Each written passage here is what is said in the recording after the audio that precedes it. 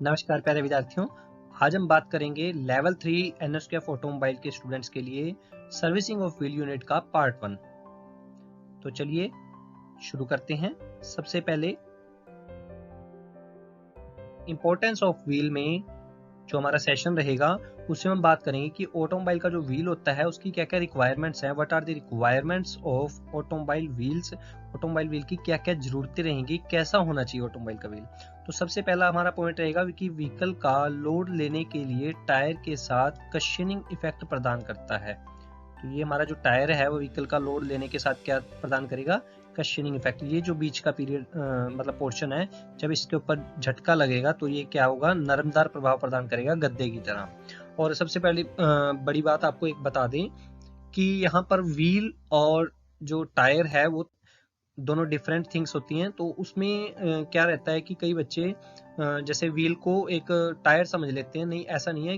Wheel एक assembly है, tyre, rim, hub, spoke, ये सारा मतलब जो पोर्शन है ये कंप्लीट एक असेंबली क्या है हमारी, ये हमारी ऑटोमोबाइल का व्हील है। और आगे इसकी जरूरत क्या है, यह स्टीयरिंग सिस्टम के अनुसार चले, यानी कि जो जैसा हमारा स्टीयरिंग सिस्टम है उसके अनुसार ये एक्ट करे। उसके बाद साइड थ्रस्ट और ड्राइविंग थ्रस्ट भी सेंड करनी चाहिए। यदि हम कॉर्नरिंग में साइड थ्रस्ट क्या होता है, जैसे हम कोई मोड़ ले रहे हैं तो उसके हिसाब से जो टायर के ऊपर वजन पड़ता है इम्बैलेंसिंग का, एक टायर पे ज्यादा पड़ता है एक टायर पे कम पड़ता है, तो उस हिसाब से भी यह ग्रिप बना के रखे रोड के साथ। और यह बाहर में हल्के हों, लाइट हो मतलब बाहर में, जिससे क्या होगा कि अनस्प्रंग वेट है जो व्हीकल का वो क्या हो जाएगा, कम हो जाएगा। यह आसानी से फिट एवं अलग किए जा सके, ऐसे हो कि इनकी फिटिंग और डिसमेंटलिंग है जो वो आसान हो, इजी हो। तो ये तीन से लेके 4 हमारी क्या है, रिक्वायरमेंट्स हैं। तो ये 4 नंबर में भी क्वेश्चन आ सकता है, तो यहाँ से आप अलग पॉइंट एक और बना के 4 पॉइंट में इसको लिख सकते हो। नेक्स्ट हम बात करते हैं इंपॉर्टेंस ऑफ व्हील सेशन में ही एक हमारा टॉपिक रहता है कि व्हील के टाइप्स क्या क्या हैं।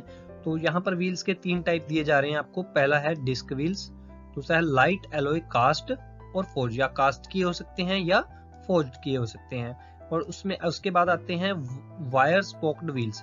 ये जो वायर स्पोक्ड व्हील है ये आजकल इतना ट्रेंड में नहीं है, ऑब्सोलीट हो गए हैं, ट्रेंड से बाहर हो गए हैं, ट्रेडिशन में नहीं है। ये वाले होते थे हमारे वायर स्पोक व्हील, इसमें मतलब वायर्स यूज होती थी, बाइक्स में यूज होते थे। उनको भी रिप्लेस जो है लाइट एलॉय कास्ट और फोर्ज्ड व्हील ने कर लिया है। जो कास्ट वाले व्हील है वो कार्स और बाइक्स में चलते हैं, जो फोर्ज्ड व्हील है वो हैवी व्हीकल जितने भी हमारी एसयूवी, जितने भी आगे स्पोर्ट्स यूटिलिटी के व्हीकल हैं उनमें ज्यादा लगेंगे हमारी। उसके बाद जो डिस्क व्हील है ये हमारे हैवी व्हीकल्स में ज्यादा यूज होते हैं, ये आपने देखे होंगे। जितने भी हमारे हैवी लोड के व्हीकल्स है उसमें डिस्क होते हैं। ये क्या होता है बेसिकली कि बीच की जो ये डिस्क होती है, ये ऊपर जो रिम वाला सिस्टम लगा हुआ है, ये जो आउटर है इसका, इसके साथ इसको वेल्ड करके एक सिंगल असेंबली, सिंगल यूनिट बनाया होता है। जैसे हम डिस्क व्हील का ही डिस्क्रिप्शन पढ़ते हैं, यहाँ पर क्या दिया गया है, तो डिस्क व्हील में ही बताया गया कि इस प्रकार के व्हील के 2 भाग होते हैं। एक स्टील रिम है हमारा, जो कि आमतौर पर टायर को आधार प्रदान करता है, और उसके बाद है दूसरी क्या है, प्रेस्ड स्टील डिस्क। ये तो हमारा रिम हो गया ऊपर वाला, और उसके बाद क्या बीच में क्या है, प्रेस्ड स्टील डिस्क, जो कि रिम को वेल्ड की होती है। यह हैवी व्हीकल जैसे कि ट्रक, बसों आदि में प्रयोग होते हैं। इसके बाद हमारा जो आता है लाइट एलॉय कास्ट और फोर्ज्ड व्हील। मैंने आपको बताया था कि जो एलॉय कास्ट और फोर्ज्ड व्हील हैं ये जो इस बॉक्स में आप देख पा रहे हैं, तो इसमें यूज होते हैं लाइट एलॉय कास्ट व्हील। इस प्रकार के व्हील कारों के लिए प्रयोग किए जाते हैं। व्हील एल्युमिनियम एलॉय के बने होते हैं, जो हीट का अच्छा चालक है, यानी कि हीट इसमें से पास होकर एक पोर्शन से दूसरे पोर्शन में चली जाती है, जिसकी वजह से हीट क्या हो जाती है, डिसिपेट हो जाती है, जल्दी से वातावरण में भेजी जाती है।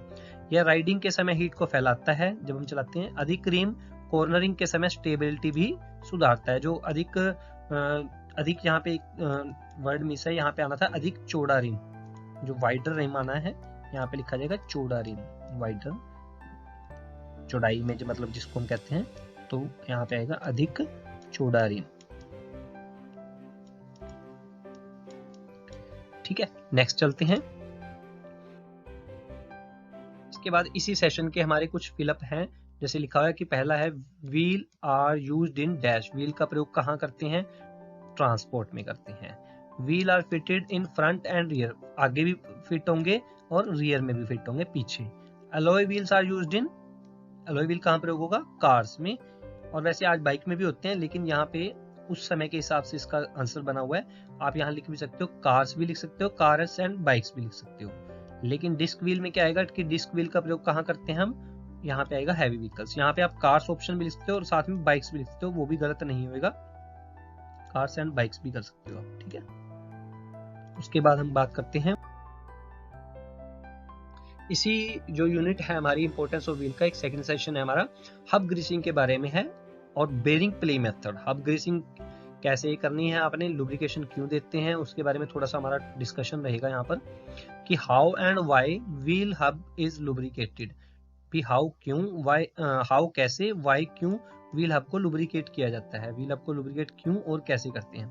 तो व्हील की फ्रिक्शन फ्री मूवमेंट, यानी कि फ्रिक्शन का मतलब होता है घर्षण, घर्षण से रहित, फ्री का मतलब रहित, भी घर्षण ना करे, उस मूवमेंट के लिए कहते हैं कि यह आवश्यक है कि व्हील हब है जो और व्हील बेरिंग है उनके बीच के, उनको बीच बीच में निर्देशित अंतराल है, जैसे 2000 किलोमीटर, 5000 किलोमीटर, 10,000, जो भी मतलब कंपनी की रिकमेंडेशन है उस पर क्या किया जाए, इनको लुब्रिकेट किया जाए। किसके द्वारा? ग्रीस के द्वारा।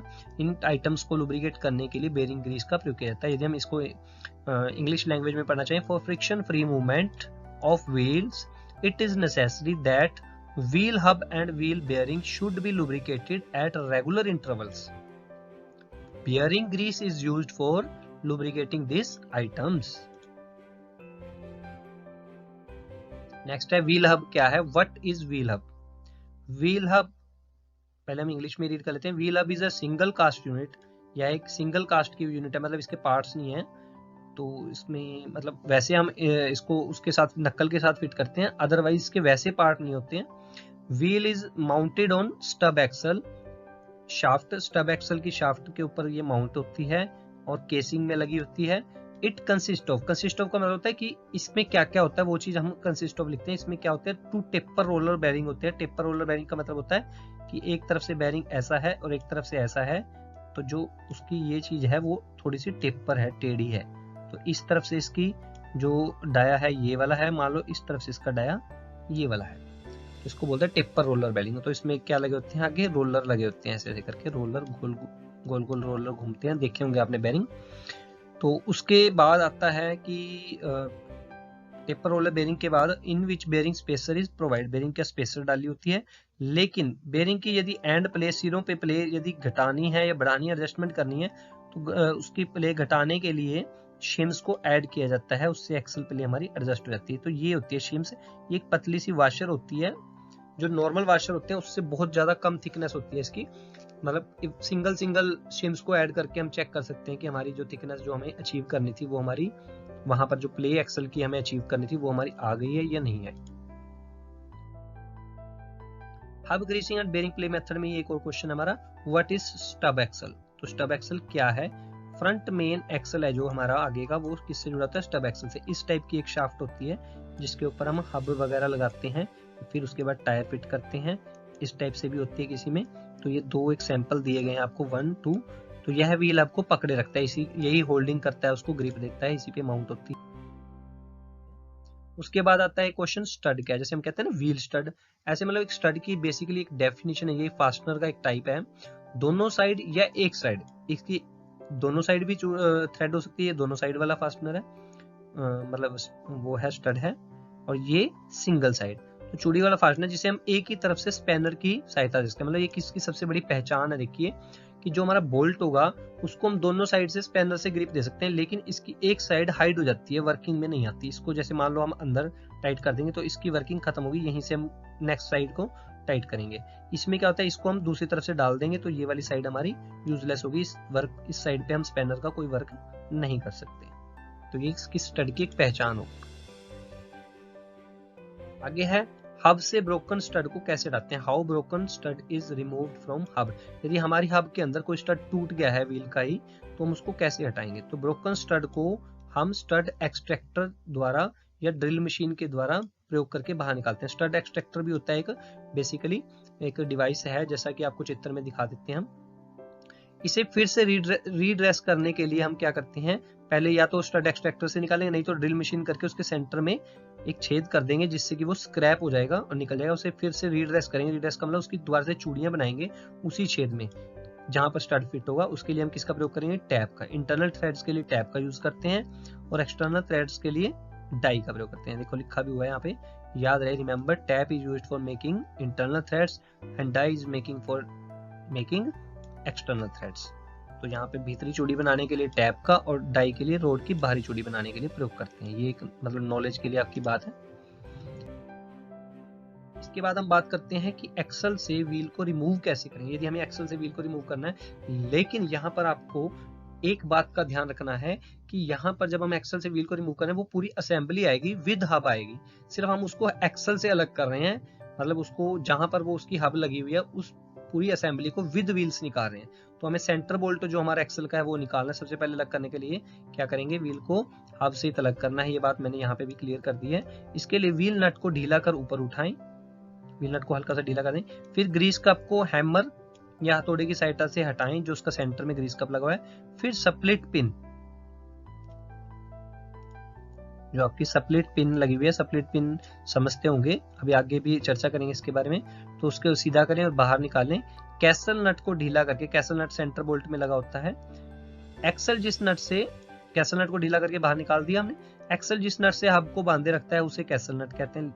यहाँ पर मैंने इसको डिफाइन भी कर दिया है। ब्रेक असेंबली को हब से अलग करें और यदि स्टब एक्सल फिट है तो उसे भी हब को अलग कर दें। अब आपका व्हील हब सहित अलग हो चुका है। यहाँ पर जो प्रोसीजर है वो हमारा हब सहित है। उसके बाद वेयरिंग, मैंने आपको कहा था कि आपको अभी स्प्लिट पिन दिखाएंगे, तो ये होती है हमारी स्प्लिट पिन। ये स्प्लिट हो जाती है, स्प्लिट का मतलब दो भागों में पड़ जाती है जब इसको क्रॉस करते हैं। ये ऐसे आपने घर में जो हमारे छत वाले पंखे हैं उसमें भी लगी हुई देखी होगी, इसको क्रॉस करके यहाँ पे ऐसे कर देते हैं। इसकी वजह से क्या होता है कि जो ये हमारा कैसल नट है ये रोटेट नहीं हो पाता, लूज नहीं हो पाता, ये तो उसको लॉक कर देता है एक किस्म से। तो व्हील बेयरिंग को डीजल से साफ करें। जब पूरा साफ हो जाए तो उसे लगाने से पहले उसके रोलर में ग्रीस जरूर भरें। पहले वाली सील के स्थान पर नई सील लगाएं। सबसे अंत में कैसल नट के बाद स्प्लिट पिन जरूर लगाएं। उसके बाद व्हील की फ्री मूवमेंट जरूर चेक करें कि व्हील हमारा फ्री मूवमेंट कर रहा है कि नहीं। यदि ज्यादा टाइट है तो उसमें से सीम से उसको या लूज कर दें। यदि लॉक करने के बाद भी यहाँ पर लूज रहता है तो यहाँ पर हम सीम को ऐड कर सकते हैं।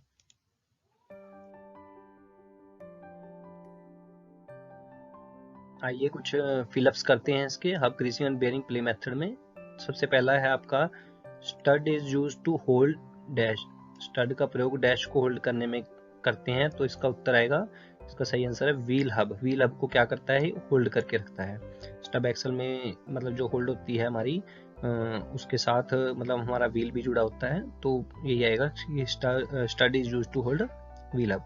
नेक्स्ट है to remove the stud dash is use. वैसे तो स्टड को रिमूव करने के लिए पहला स्टेप हमारा स्टड एक्सट्रैक्टर का होता है, लेकिन टेक्स्ट बुक के हिसाब से हैंड ड्रिल मशीन दिया हुआ है, तो यहाँ पर यदि आप स्टड एक्सट्रैक्टर भी लिख देंगे तो वो भी आपका जो है मतलब स्टड एक्सट्रैक्टर, वो उत्तर भी आपका सही रहेगा और हैंड ड्रिल मशीन भी सही रहेगा, तो दोनों का ही यूज करते हैं।